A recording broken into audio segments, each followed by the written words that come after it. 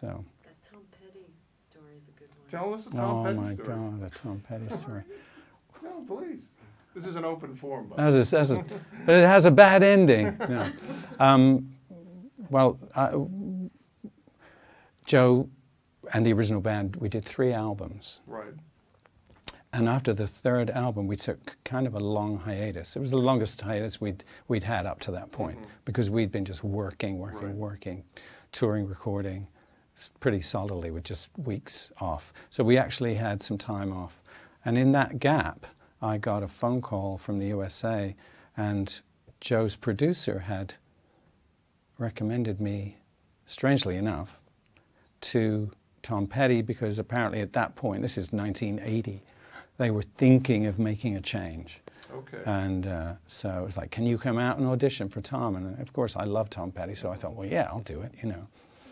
If Tom Petty ever sees this, he might not even remember it. It was so long ago. But so the next thing I know, I'm on a plane from London to LA, which is a long flight. Yeah. And of course, when I got there, my bass didn't arrive with me. That's the first thing. The second thing is that the guy that met me at the airport said, yeah, they want you to come right over. So I just been on a plane for 8 hours, and I had to go right to SIR Studios in Hollywood. And, you know, I was like tired, and I was like really upset that my bass wasn't there. And the other thing that to me was crucial is I wasn't confident, because I didn't know how to write a chord chart back then. I'd only worked with Joe, so everything, all our rehearsals were done by memorization. Okay.